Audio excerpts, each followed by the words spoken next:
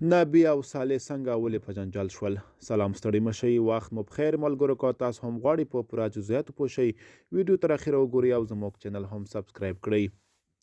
کرکټ استرالیا سره د لوبو لغوه کېدو پر سر د امرالله صالح او محمد نبی ناندرۍ. د افغانستان د مخکني ولسمشر لومړي مرستیال امرالله صالح هغه څرګندونې ناندریزې شوي چې د استرالیا له خوا یې له افغان لوبډلې سره د لوبو لغوه کول یو معنا لرونکی حرکت بللی دی. ښاغلي صالح پر خپل ټویټر پاڼه لیکلي، د افغانستان خلک د کرکټ لوبډلې پر هغې مسکا حیران شول چې دوی د ترهګرو ډلې له مشر او حقاني شبکې رهبر سره ډوډۍ خوړله او عکسونه یې ورسره اخیستل، خو د ښځو پر زده کړو د بندیز پر ګډون پر بې عدالتیو پټه خوله پاتې شول. نو له همدې امله د استرالیا لخوا د افغانستان د کرکټ پر لوبډلې بندیز او محرومیت یو معنا لرونکی حرکت دی.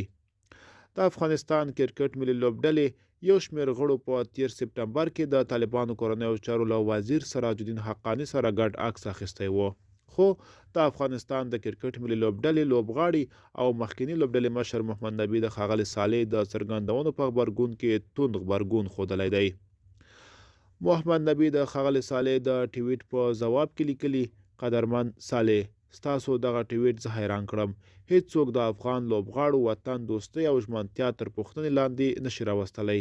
موږ اوس هم تر ملي بیرغ او ملي سرود لاندې لوبیږو او د نړۍ په کونج کونج کې د خپل هیواد د ریښتینو او ارزښتونو استازیتوب کوو.